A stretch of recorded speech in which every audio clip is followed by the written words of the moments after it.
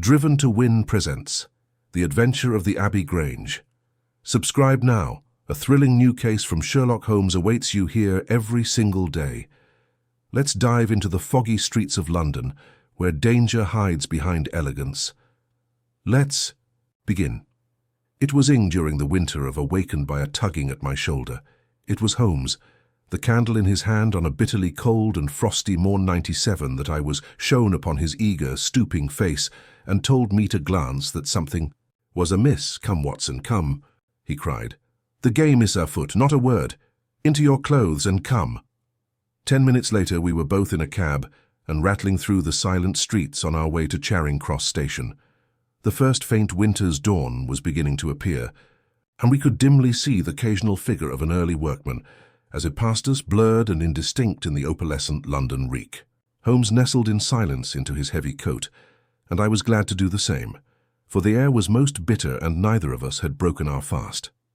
It was not until we had consumed some hot tea at the station and taken our places in the Kentish train that we were sufficiently thawed, he to speak and I to listen. Holmes drew a note from his pocket and read it aloud. Abbey Grange, Marsham, Kent, 3:30 a.m. My dear Mr. Holmes, I should be very glad of your immediate assistance in what promises to be most remarkable case. It is something quite in your line. Except for releasing the lady, I will see that everything is kept exactly as I have found it, but I beg you not to lose an instant, as it is difficult to leave Sir Eustace there. Yours faithfully, Stanley Hopkins. Hopkins has called me in 7 times, and on each occasion his summons has been entirely justified, said Holmes. I fancy that every one of his cases has found its way into your collection, and I must admit, Watson, that you have some power of selection which atones for much which I deplore in your narratives.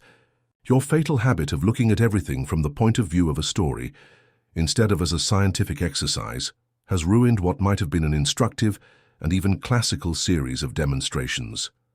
You slur over work of the utmost finesse and delicacy in order to dwell upon sensational details which may excite but cannot possibly instruct the reader. Why do you not write them yourself? I said with some bitterness. I will, my dear Watson, I will.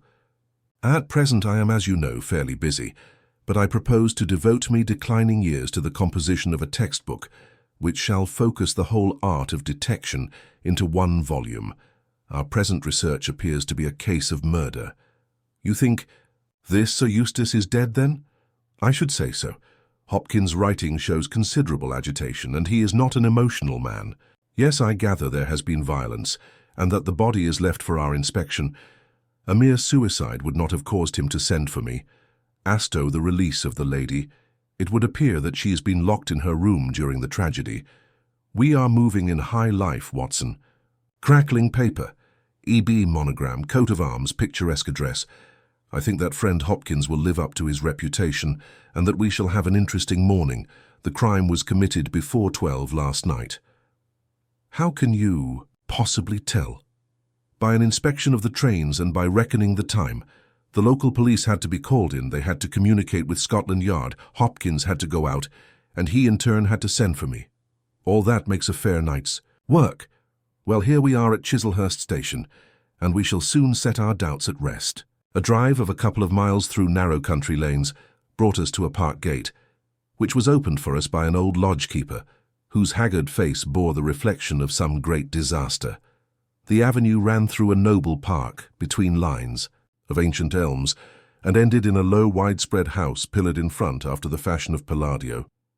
The central part was evidently over great age and shrouded in ivy, but the large windows showed that modern changes had been carried out, and one wing of the house appeared to be entirely new. The youthful figure and alert, eager face of Inspector Stanley Hopkins confronted us in the open doorway. "I'm very glad you have come, Mr. Holmes, and you too, Dr. Watson. But indeed, if I had my time over again, I should not have troubled you, for since the lady has come to herself, she has given so clear an account of the affair that there is not much left for us to do. You remember that Lewisham gang of burglars?" "What? The 3 Randalls?" "Exactly, the father and 2 sons. It's their work. I have not a doubt of it. They did a job at Sydenham a fortnight ago and were seen and described. Rather cool to do another so soon and so near. But it is they, beyond all doubt. It's a hanging matter this time. Sir Eustace is dead, then? Yes. His head was knocked in with his own poker. Sir Eustace Brackenstall, the driver tells me. Exactly. One of the richest men in Kent. Lady Brackenstall is in the morning room. Poor lady, she has had a most dreadful experience. She seemed half dead when I saw her first. I think you'd best see her and hear her account of the facts. Then, we will examine the dining room together. Lady Brackenstall was no ordinary person. Seldom have I seen so graceful a figure, so womanly a presence, and so beautiful a face. She was a blonde, golden-haired, blue-eyed, and would no doubt have had the perfect complexion, which goes with such colouring had not her recent experience left her drawn and haggard. Her sufferings were physical as well as mental, for over one eye rose a hideous plum-coloured swelling, which her maid, a tall, austere woman, was bathing assiduously with vinegar and water. The lady lay back exhausted upon a couch, but her quick, observant gaze as we entered the room, and the alert expression of her beautiful features showed that neither her wits nor her courage had been shaken by her terrible experience. She was enveloped in a loose dressing gown of blue and silver, but a black sequin-covered dinner dress was hung upon the couch beside her. "I have told you all that happened, Mr. Hopkins," she said wearily. "Could you not repeat it for me?" "Well, if you think it necessary, I will tell these gentlemen what occurred. Have they been in the dining room yet?" "I thought they had better hear your ladyship's story first. I shall be glad when you can arrange matters. It is horrible to me to think of him still lying there." She shuddered and buried her face in her hands. As she did so, the loose gown fell back from her forearms. Holmes uttered an exclamation. "You have other injuries, madam. What is this?" 2 vivid red spots stood out on one of the white, round limbs. She hastily covered it. "It is nothing. It has no connection with the hideous business of last night. If you and your friend will sit down, I will tell you all I can. I am the wife of Sir Eustace Brackenstall. I've been married about a year. I suppose that it's no use my attempting to conceal that our marriage has not been a happy one. I fear that our neighbours would tell you that, even if I were to attempt to deny it. Perhaps the fault may be partly mine. I was brought up in the freer, less conventional atmosphere of South Australia, and this English life, with its proprieties and its primness, is not congenial to me. But the main reason lies in the one fact which is notorious to everyone, and that is that Sir Eustace was a confirmed drunkard. To be with such a man for an hour is unpleasant. Can you imagine what it means for a sensitive and high-spirited woman to be tied to him for day and night? It is a sacrilege, a crime, a villainy to hold that such a marriage is binding. I say that these monstrous laws of yours will bring a curse upon the land. Heaven will not let such wickedness endure." For an instant she sat up, her cheeks flushed, and her eyes blazing from under the terrible mark upon her brow. Then the strong, soothing hand of the austere maid drew her head down onto the cushion, and the wild anger died away into passionate sobbing. At last she continued, "I will tell you about last night. You are aware, perhaps, that in this house all servants sleep in the modern wing. This central block is made up of their dwelling rooms, with the kitchen behind and our bedroom above. My maid, Teresa, sleeps above my room. There is no one else, and no sound could alarm those who are in the farther wing. This must have been well known to the robbers, or they would not have acted as they did." Sir Eustace retired about 10:30. The servants had already gone to their quarters. Only my maid was up, and she had remained in her room at the top of the house until I needed her services. I sat until after 11 in this room, absorbed in a book. Then I walked round to see that all was right before I went upstairs. It was my custom to do this myself, for, as I have explained, Sir Eustace was not always to be trusted. I went into the kitchen, the butler's pantry, the gun-room, the billiard-room, the drawing-room, and finally the dining-room. As I approached the window, which is covered with thick curtains, I suddenly felt the wind blow upon my face and realized that it was open. I flung the curtain aside and found myself face to face with a broad-shouldered elderly man who had just stepped into the room. The window is a long French one, which really forms a door leading to the lawn. I held my bedroom candle lit in my hand, and by its light behind the first man I saw 2 others who were in the act of entering. I stepped back, but the fellow was on me in an instant. He caught me first by the wrist and then by the throat. I opened my mouth to scream, but he struck me a savage blow with his fist over the eye and felled me to the ground. I must have been unconscious for a few minutes, for when he calmed to myself, I found that they had torn down the bell rope and had secured me tightly to the oaken chair, which stands at the head of the dining room table. I was so firmly bound that I could not move, and a handkerchief round my mouth prevented me from uttering any sound. It was at this instant that my unfortunate husband entered the room. He had evidently heard some suspicious sounds, and he came prepared for such a scene Ash found. He was dressed in his shirt and trousers, with his favourite blackthorn cudgel in his hand. He rushed at one of the burglars, but another, it was the elderly man, stooped, picked the poker out of the grate, and struck him a horrible blow as he passed. He fell without a groan and never moved again. I fainted once more, but again it could only have been a very few minutes, during which I was insensible. When I opened my eyes, I found that they had collected the silver from the sideboard, and they had drawn a bottle of wine which stood there. Each of them had a glass in his hand.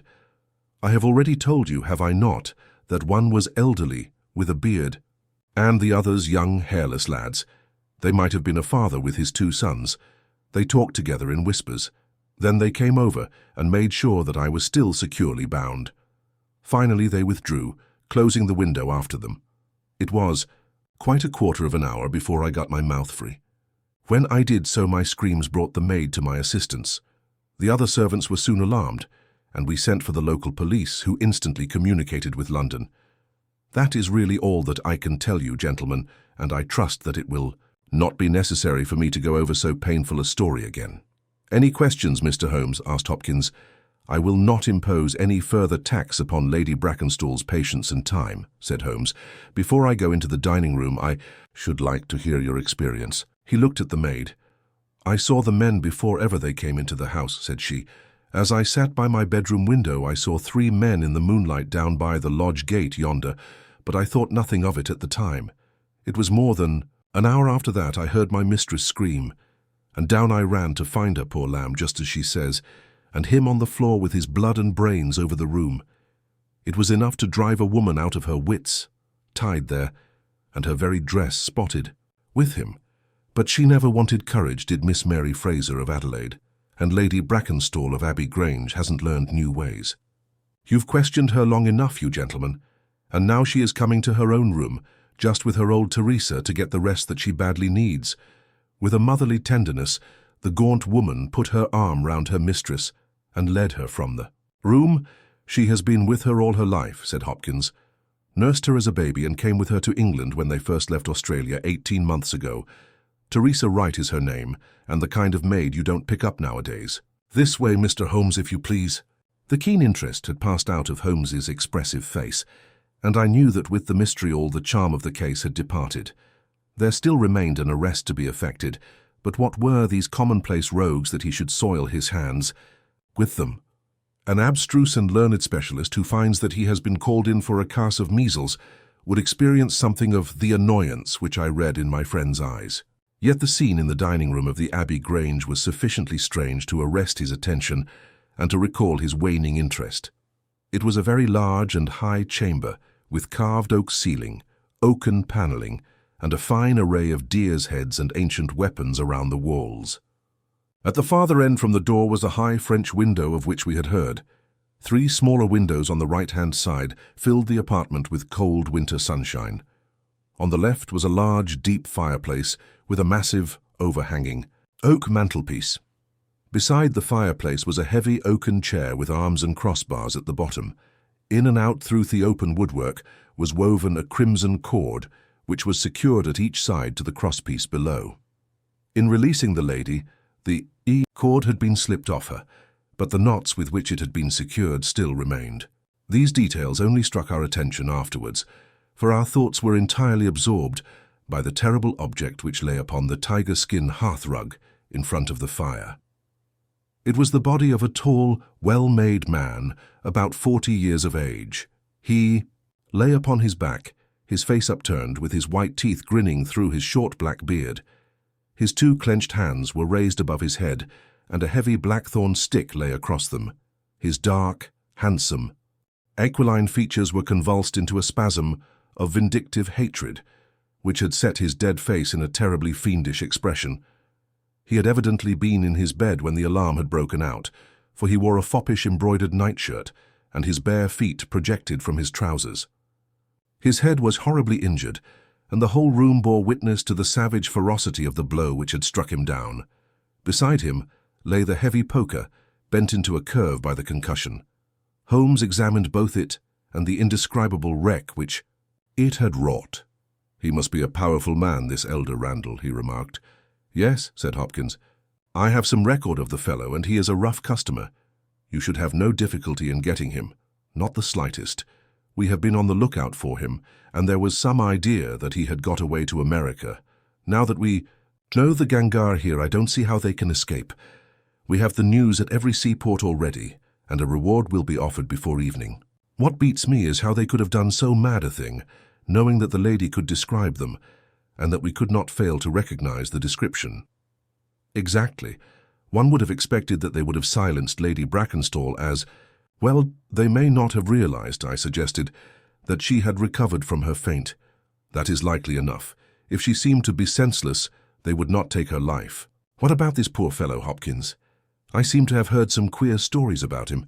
He was a good-hearted man when he was sober, but a perfect fiend when he was drunk, or rather when he was half drunk, for he seldom really went the whole way. The devil seemed to be in him at such times, and he was capable of anything. From what I hear, in spite of all his wealth and his title, he very nearly came our way once or twice. There was a scandal about his drenching a dog with petroleum and setting it on fire, her ladyship's dog to make the matter worse, and that was only hushed up with difficulty. Then he threw a decanter at that maid, Teresa Wright. There was trouble about that. On the whole, and between ourselves, it will be a brighter house without him. What are you looking at now?" Holmes was down on his knees examining with great attention the knots upon the red cord with which the lady had been secured. Then he carefully scrutinized the broken and frayed end, where it had snapped off when the burglar had dragged it down. "When this was pulled down, the bell in the kitchen must have rung loudly," he remarked. "No one could hear it. The kitchen stands right at the back of the house. How did the burglar know no one would hear it? How dared he pull at a bell rope in that reckless fashion?" "Exactly, Mr. Holmes, exactly. You put the very question which I have asked myself again and again. There can be no doubt that this fellow must have known the house and its habits. He must have perfectly understood that the servants would all be in bed at that comparatively early hour, and that no one could possibly hear a bell ring in the kitchen. Therefore he must have been in close league with one of the servants. Surely that is evident, but there are 8 servants, and all of good character." "Other things being equal," said Holmes, "one would suspect the one at whose head the master threw a decanter, and yet that would involve treachery towards the mistress to whom this woman seems devoted. Well, well, the point is Amanor won, and when you have Randall you will probably find no difficulty in securing his accomplice. The lady's story certainly seems to be corroborated, if it needed corroboration, by every detail which we see before us." He walked to the French window and threw it open. "There are no signs here, but the ground is iron hard, and one would not expect them. I see that these candles on the mantelpiece have been lighted." Yes, it was by their light, and that of the lady's bedroom candle, that the burglars saw their way about. "And what did they take?" "Well, they did not take much. Only half a dozen articles of plate off the sideboard. Lady Brackenstall thinks that they were themselves so disturbed by the death of Sir Eustace that they did not ransack the house as they would otherwise have done." "No doubt that is true, and yet they drank some wine, I understand, to steady their own nerves." "Exactly. These 3 glasses upon the sideboard have been untouched, I suppose." "Yes, and the bottle stands as they left it. Let us look at it. Hallo, hallo, what is this?" The 3 glasses were grouped together, all of them tinged with wine, and one of them containing some dregs of beeswing. The bottle stood near them, 2/3 full, and beside it lay a long, deeply stained cork. Its appearance and the dust upon the bottle showed that it was no common vintage which the murderers had enjoyed. A change had come over Holmes's manner. He had lost his listless expression, and again I saw an alert light of interest in his keen, deep-set eyes. He raised the cork and examined it minutely. "How did they draw it?" he asked. Hopkins pointed to a half-opened drawer. In it lay some table linen and a large corkscrew. "Did Lady Brackenstall say that screw was used?" "No, you remember that." She was senseless at the moment when the bottle was opened. Quite so. As a matter of fact, that screw was not used. This bottle was opened by a pocket screw, probably contained in a knife, and not more than 1.5 inches long. If you examine the top of the cork, you will observe that the screw was driven in 3 times before the cork was extracted. It has never been transfixed. This long screw would have transfixed it and drawn it with a single pull. When you catch this fellow, you will find that he has one of these multiplex knives in his possession. Excellent, said Hopkins. But these glasses do puzzle me, I confess. Lady Brackenstall actually saw the 3 men drinking, did she not? Yes, she was clear about that. Then there is an end of it. What more is Toby said? And yet you must admit that the 3 glasses are very remarkable, Hopkins. What, you see nothing remarkable? Well, let it pass. Perhaps when a man has special knowledge and special powers like my own, it rather encourages him to seek a complex explanation when a simpler one is at hand. Of course, it must be a mere chance about the glasses. Well, good morning, Hopkins. I don't see that I can be of any use to you, and you appear to have your case very clear. You will let me know when Randall is arrested and any further developments, which may occur. I trust that I shall soon have to congratulate you upon a successful conclusion. Come, Watson, I fancy that we may employ ourselves more profitably at home. During our return journey, I could see by Holmes's face that he was much puzzled by something which he had observed. Every now and then, by an effort, he would throw off the impression and talk as if the matter were clear, but then his doubts would settle down upon him again, and his knitted brows and abstracted eyes would show that his thoughts had gone back once more to the great dining room of the Abbey Grange, in which this midnight tragedy had been enacted. At last, by a sudden impulse, just as our train was crawling out of a suburban station, he sprang onto the platform and pulled me out after him. "Excuse me, my dear fellow," said he, as we watched the rear carriages of our train disappearing round a curve. "I am sorry to make you the victim of what may seem a mere whim, but on my life, Watson, I simply can't leave that case in this condition. Every instinct that I possess cries out against it. It's wrong. It's all wrong. I'll swear that it's wrong." And yet the lady's story was complete. The maid's corroboration was sufficient. The detail was fairly exact. What have I to put against that? 3 wine glasses, that is all. But if I had not taken things for granted, if I had examined everything with care, which I would have shown, had we approached the case de novo and had no cut-and-dried story to warp my mind, would I not then have found something more definite to goop on? Of course I should. Sit down on this bench, Watson, until a train for Chislehurst arrives, and allow me to lay the evidence before you, imploring you in the first instance to dismiss from your mind the idea that anything which the maid or her mistress may have said must necessarily be true. Thelity's charming personality must not be permitted to warp our judgment. Surely there are details in her story which, if we looked at it in cold blood, would excite our suspicion. These burglars made a considerable haul at Sydenham a fortnight. How some account of them and of their appearance was in the papers, and would naturally occur to anyone who wished to invent a story in which imaginary robbers should play a part. As a matter of fact, burglars who have done a good stroke of business are, as a rule, only too glad to enjoy the proceeds in peace and quiet, without embarking on another perilous undertaking. Again, it is unusual for burglars to operate it so early. An hour. It is unusual for burglars to strike a lady to prevent her screaming, since one would imagine that was the sure way to make her scream. It is unusual for them to commit murder when their numbers are sufficient to overpower one man. It is unusual for them to be content with a limited plunder when there is much more within their reach. And finally, I should say that it was very unusual for such men to leave a bottle half empty. How do all these unusuals strike you, Watson? Their cumulative effect is certainly considerable, and yet each of them is quite possible in itself. The most unusual thing of all, as it seems, Tom, is that the lady should be tied to the chair. Well, I am not so clear about that, Watson, for it is evident that they must either kill her, or else secure her in such a way that she could not give immediate notice of their escape. But at any rate I've shown, have I not, that there is a certain element of improbability about the lady's story?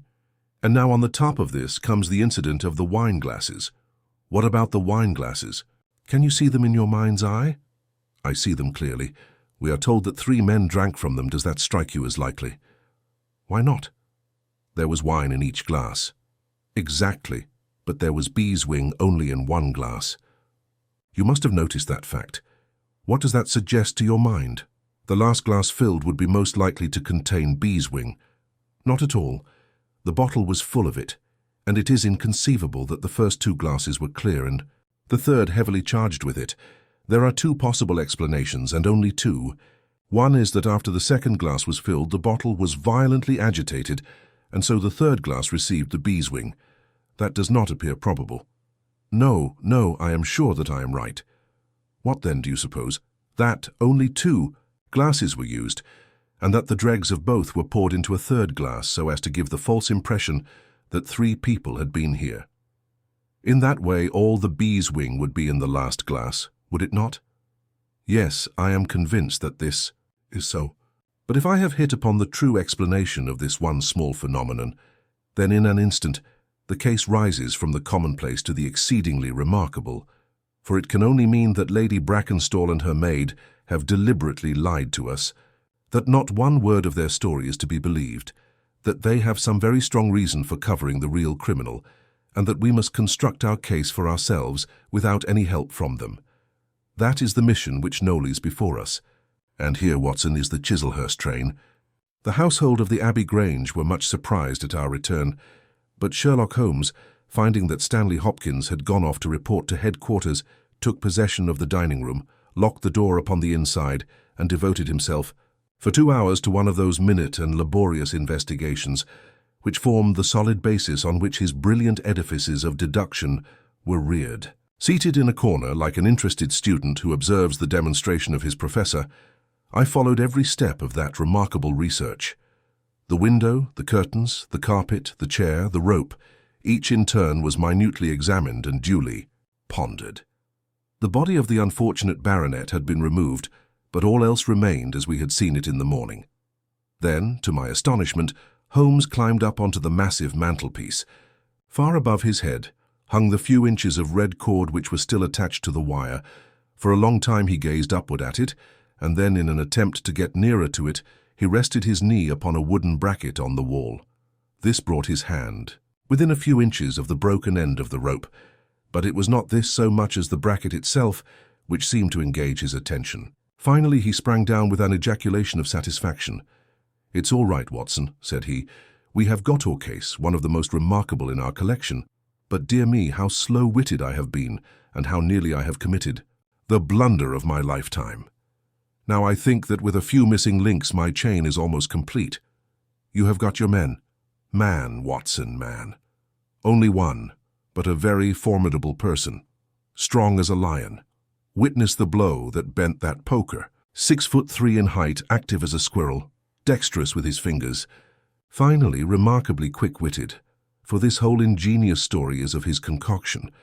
Yes, Watson, we've come upon the handiwork of a very remarkable individual, and yet, in that bell rope, he has given us a clue which should not have left us. A doubt. Where was the clue? Well, if you were to pull down a bell rope, Watson, where would you expect it to break? Surely at the spot where it is attached to the wire. Why should it break 3 inches from the top as this one has done? Because it is frayed there? Exactly. This end, which we can examine, is frayed. He was cunning enough to do that with his knife. But the other end is not frayed. You could not observe that from here, but if you were on the mantelpiece, you would see that it is cut clean off without any mark of fraying whatever. You can reconstruct what occurred. The man needed therapy. He would not tear it down for fear of giving the alarm by ringing the bell. What did he do? He sprang up on the mantelpiece, could not quite reach it, put his knee on the bracket. You will see the impression in the dust, and so got his knife to bear upon the cord. I could not reach the place by at least 3 inches, from which I infer that he is at least 3 inches a bigger man than I. Look at that mark upon the seat of the oaken chair. What is it? Blood. Undoubtedly it is blood. This alone puts the lady's story out of court. If she was seated on the chair when the crime was done, how comes that mark? No, she was placed in the chair after the death of her husband. I'll wager that the black dress shows a corresponding mark to this. We have not yet met our Waterloo, Watson, but this is our Marengo, for it begins in defeat and ends in victory. I should like now to have a few words with the nurse Teresa. We must be wary for a while if we are to get the information which we want. She was an interesting person, this stern Australian nurse. Taciturn, suspicious, ungracious, it took some time before Holmes's pleasant manner and frank acceptance of all that she said thawed her into a corresponding amiability. She did not attempt to conceal her hatred for her late employer. Yes, sir, it is true that he threw the decanter at me. I heard him call my mistress a name, and I told him that he would not dare to speak so if her brother had been there. Then it was that he threw it at me. He might have thrown a dozen if he had but left my bonny bird alone. He was forever ill-treating her, and she too proud to complain. She will not even tell me all that he has done to her. She never told me of those marks on her arm that you saw this morning, but I know very well that they come from a stab with a hatpin. The sly fiend! Heaven forgive me that I should speak of him so now that he is dead, but a fiend he was if ever one walked the earth. He was all honey when first we met him, only 18 months ago, and we both feel as if it were 18 years. She'd only just arrived in London. Yes, it was her first voyage. She had never been from home before.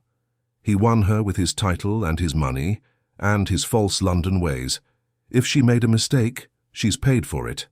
If ever a woman did. What month did we meet him?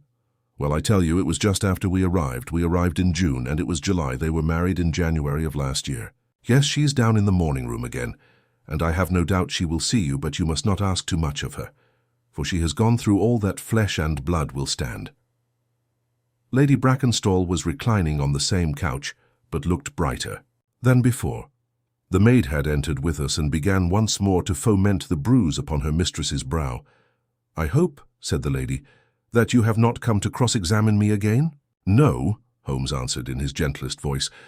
"I will not cause you any unnecessary trouble, Lady Brackenstall, and my whole desire is to make things easy for you, for I am convinced that you are a much-tried woman.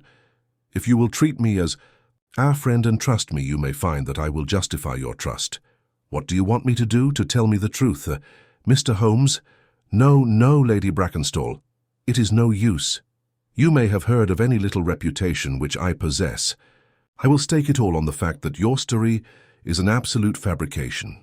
Mistress and maid were both staring at Holmes, with pale faces and frightened eyes. "You are an impudent fellow," cried Teresa. "Do you mean to say that my mistress has told Ailey?" Holmes rose from his chair. "Have you nothing to tell me? I have told you everything. Think once more, Lady Brackenstall. Would it not be better to be frank?" For an instant there was hesitation in her beautiful face. Then some new strong thought caused it to set like a mask. "I have told you all I know." Holmes took his hat and shrugged his shoulders. "I am sorry," he said, and without another word we left the room and the house. There was a pond in the park, and to this my friend led the way. It was frozen over, but a single hole was left for the convenience of a solitary swan. Holmes gazed at it, and then passed on to the lodge gate. There he scribbled a short note for Stanley Hopkins and left it with the lodge-keeper.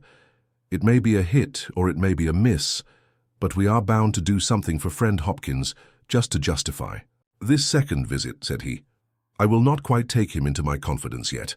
I think our next scene of operations must be the shipping office of the Adelaide-Southampton line, which stands at the end of Pall Mall, if I remember right.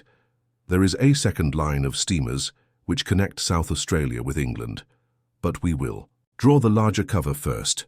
Holmes's card sent in to the manager ensured instant attention, and he was not long in acquiring all the information which he needed. In June of '95, only one of their line had reached a home port. It was the Rock of Gibraltar, their largest and best boat. A reference to the passenger list showed that Miss Fraser of Adelaide, with her maid, had made the voyage in her. The boat was now on her way to Australia, somewhere to the south of the Suez Canal. Her officers were the same as in '95, with one exception. The first officer, Mr. Jack Croker, had been made a captain and was to take charge of their new ship, the Bass Rock, sailing in 2 days' time from Southampton. He lived at Sydenham, but he was likely to be in that morning for instructions, if we cared to wait for him. No. Mr. Holmes had no desire to see him, but would be glad to know more about his record and character. His record was magnificent. There was not an officer in the fleet to touch him. As to his character, he was reliable on duty, but a wild, desperate, Fellow off the deck of his ship, hot-headed, excitable, but loyal, honest, and kind-hearted. That was the pith of the information with which Holmes left the office of the Adelaide Southampton Company. Thence he drove to Scotland Yard, but instead of entering, he sat in his cab with his brows drawn down, lost in profound thought. Finally, he drove round to the Charing Cross Telegraph Office, sent off a message, and then, at last, we made for Baker Street once more. "No, I couldn't do it, Watson," said he, as we re-entered our room. Once that warrant was made out, nothing on earth would save him. Once or twice in my career I feel that I have done more real harm by my discovery of the criminal than ever he had done by his crime. I have learned caution now, and I had rather play tricks with the law of England than with my own conscience. Let us know a little more before we act. Before evening we had a visit from Inspector Stanley Hopkins. Things were not going very well with him. "I believe that you are a wizard, Mr. Holmes. I really do sometimes think that you have powers that are not human. Now, how on earth could you know that the stolen silver was at the bottom of that pond? I didn't know it. But you told me to examine it. You got it then?" "Yes, I got it. I am very glad if I have helped you. But you haven't helped me. You have made the affair far more difficult. What sort of burglars are they who steal silver and then throw it into the nearest pond? It was certainly rather eccentric behavior. I was merely going on the idea that if the silver had been taken by persons who did not want it, who merely took it for a blind, as it were, then they would naturally be anxious to get rid of it. But why should such an idea cross your mind? Well, I thought it was possible. When they came out through the French window, there was the pond with one tempting little hole in the ice right in front of their noses. Could there be a better hiding place? "Ah, a hiding place, that is better," cried Stanley Hopkins. Yes, I see it all now. It was early, there were folk upon the roads, they were afraid of being seen with the silver, so they sank it in the pond, intending to return for it when the coast was clear." "Excellent, Mr. Holmes, that is better than your idea of a blind." "Quite so. You have got an admirable theory. I have no doubt that my own ideas were quite wild, but you must admit that they have ended in discovering the silver." "Yes, sir, yes, it was all your doing. But I have had a bad setback." "A setback?" "Yes, Mr. Holmes, the Randall gang were arrested in New York this morning." "Dear me, Hopkins, that is certainly rather against your theory that they committed a murder in Kent last night. It is fatal, Mr. Holmes, absolutely fatal. Still, there are other gangs of 3 besides the Randalls, or it may be some new gang of which the police have never heard." "Quite so. It is perfectly possible. What, are you off?" "Yes, Mr. Holmes. There is no rest for me until I have got to the bottom of the business. I suppose you have no hint to give me. I have given you one." "Which?" "Well, I suggested a blind, but why, Mr. Holmes, why?" "Ah, that's the question, of course, but I commend the idea to your mind. You might possibly find that there was something in it. You won't stop for dinner? Well, goodbye, and let us know how you get on." Dinner was over and the table cleared before Holmes alluded to the matter again. He had lit his pipe and held his slippered feet to the cheerful blaze of the fire. Suddenly, he looked at his watch. "I expect developments, Watson." "When?" "Now, within for a few minutes. I dare say you thought I acted rather badly to Stanley Hopkins just now. I trust your judgment. A very sensible reply, Watson. You must look at it this way. What I know is unofficial. What he knows is official. I have the right to private judgment, but he has none. He must disclose all, or he is a traitor to his service. In a doubtful case, I would not put him in so painful a position, and so I reserve my information until my own mind is clear upon the matter." "But when will that be?" "The time has come. You will now be present at the last scene of a remarkable little drama." There was a sound upon the stairs, and our door was opened to admit as fine a specimen of manhood as ever passed through. He was a very tall young man, golden-moustached, blue-eyed, with a skin which had been burned by tropical suns, and a springy step which showed that the huge frame was as active as it was strong. He closed the door behind him, and then he stood with clenched hands and heaving breast, choking down some overmastering emotion. "Sit down, Captain Croker. You got my telegram." Our visitor sank into an armchair and looked from one to the other of us with questioning eyes. "I got your telegram and I came at the hour you said. I heard that you had been down to the office. There was no getting away from you. Let's hear the worst. What are you going to do with me? Arrest me? Speak out, man. You can't sit there and play with me like a cat with a mouse." Give him a cigar, said Holmes. Bite on that, Captain Croker, and don't let your nerves run away with you. I should not sit here smoking with you if I thought that you were a common criminal. You may be sure of that. Be frank with me, and we may do some. Good? Play tricks with me, and I'll crush you. What do you wish me to do? To give me a true account of all that happened at the Abbey Grange last night. A true account, mind you, with nothing added and nothing taken off. I know so much already that if you go 1 inch off the straight, I'll blow this police whistle from my window and the affair goes out of my hands forever. The sailor thought for a little. Then he struck his leg with his great sunburned hand. I'll chance it, he cried. I believe you are a man of your word, and a white man, and I'll tell you the whole story. But one thing I will say first. So far as I am concerned, I regret nothing and I fear nothing, and I would do it all again and be proud of the job. Curse the beast. If he had as many lives as a cat, he would owe them all to me. But it's the lady. Mary Fraser, for never will I call Herbie that accursed name. When I think of getting her into trouble, I who would give my life just to bring one smile to her dear face, it's that turns my soul into water. And yet, what less could I do? I'll tell you my story, gentlemen, and then I'll ask you as man to man what less could Edo. I must go back a bit. You seem to know everything, so I expect that you know that I met her when she was a passenger, and I was first officer of the Rock of Gibraltar. From the first day I met her, she was the only woman to me. Every day of that voyage I loved her more, and many a time since have I kneeled down in the darkness of the night watch and kissed the deck of that ship because I knew her dear feet had trod it. She was never engaged to me. She treated me as fairly as ever a woman treated a man. I have no complaint to make.